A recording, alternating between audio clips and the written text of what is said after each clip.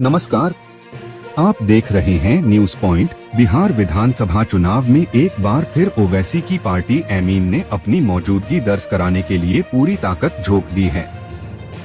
आइए जानते हैं इस बार बिहार के सियासी मैदान में एमीन की क्या रणनीति है और क्या वो तीसरा मोर्चा बनकर उभर सकती है।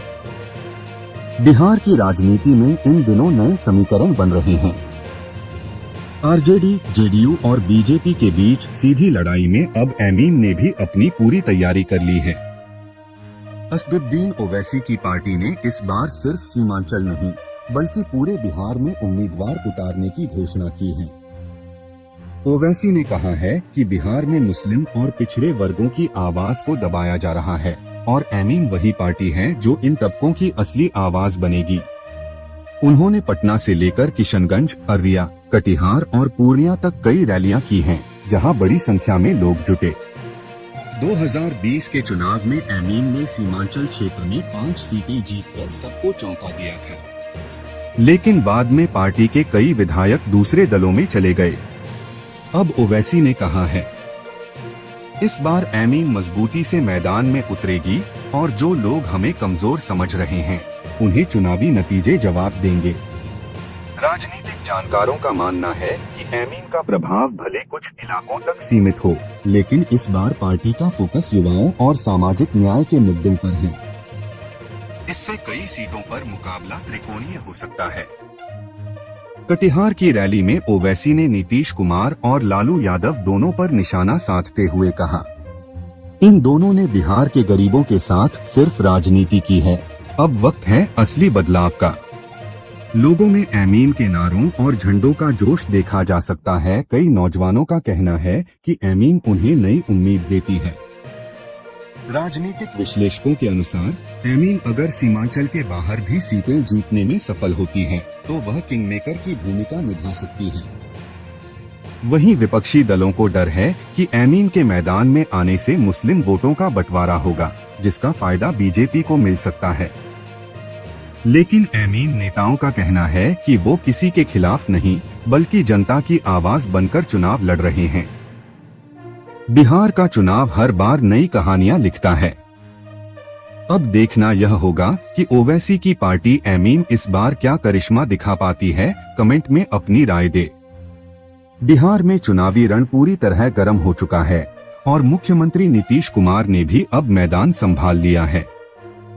लंबे अनुभव और सधे अंदाज के साथ नीतीश कुमार एक बार फिर जनता के बीच अपनी बात रख रहे हैं। लेकिन क्या इस बार जनता सुशासन बाबू को दोबारा मौका देगी? आइए जानते हैं बिहार चुनाव में नीतीश कुमार की रणनीति और सियासी समीकरण की पूरी कहानी। बिहार विधानसभा चुनाव जैसे जैसे नजदीक आ रहा है, वैसे वैसे नीतीश कुमार का प्रचार अभियान तेज होता जा रहा है। जेडीयू, जनता दल यूनाइटेड की तरफ से राज्य भर में विकास का सफर नीतीश के साथ फिर अभियान शुरू किया गया है। हर रैली में नीतीश कुमार जनता के सामने अपने 20 साल के काम गिनवा रहे हैं, सड़कों से लेकर बिजली, शिक्षा से लेकर महिला सशक्तिकरण तक। उन्होंने कहा, हमने बिहार को अंधेरे से उजाले में लाया है। पहले लोग शाम होते ही घरों में बंद हो जाते थे, आज गांव-गांव में बिजली और सड़क पहुंची है। नीतीश कुमार ने विपक्ष पर भी सीधा हमला बोला। उनका कहना है कि जिन्होंने बिहार को जंगल राज बनाया था वो आज फिर से सत्ता में लौटने की कोशिश कर रहे हैं, लेकिन जनता सब जानती है। जेडीयू इस बार बीजेपी के साथ गठबंधन में चुनाव लड़ रही है। एनडीए का फोकस है विकास और स्थिरता। नीतीश कुमार जहां अपने कामकाज का रिपोर्ट कार्ड दिखा रहे हैं, वहीं प्रधानमंत्री मोदी की लोकप्रियता को भी साथ जोड़ने की कोशिश हो रही है। नीतीश कुमार की टीम इस बार डिजिटल प्रचार और युवा मतदाताओं पर खास ध्यान दे रही है। जेडीयू ने सोशल मीडिया पर फिर से नीतीश नाम से कैंपेन चलाया है, जिसमें युवाओं को रोजगार, स्टार्टअप और स्किल डेवलपमेंट के वादे किए जा रहे हैं। ज़मीनी रिपोर्ट्स के मुताबिक बिहार की जनता में नीतीश कुमार को लेकर मिला-जुला माहौल है। कई लोग कहते हैं कि नीतीश ने राज्य को स्थिरता दी है, जबकि कुछ का मानना है कि अब बदलाव की जरूरत है। पटना, गया, दरभंगा और मुजफ्फरपुर की रैलियों में बड़ी भीड़ उमड़ रही है, जिससे साफ है कि नीतीश अभी भी राजनीति के केंद्र में हैं। राजनीतिक विशेषज्ञ मानते हैं कि नीतीश कुमार के सामने इस बार चुनौती पहले से ज्यादा कठिन है। एक तरफ महागठबंधन पूरी ताकत से मैदान में है, तो दूसरी तरफ प्रशांत किशोर और एमीन जैसे दल चुनाव को त्रिकोणीय बना रहे हैं। अगर एनडीए को स्पष्ट बहुमत मिलता है तो नीतीश कुमार फिर से मुख्यमंत्री बन सकते हैं, लेकिन अगर परिणाम टेढ़े रहे तो गठबंधन की राजनीति एक बार फिर करवट ले सकती है। नीतीश कुमार बिहार की राजनीति के सबसे अनुभवी चेहरों में से एक हैं।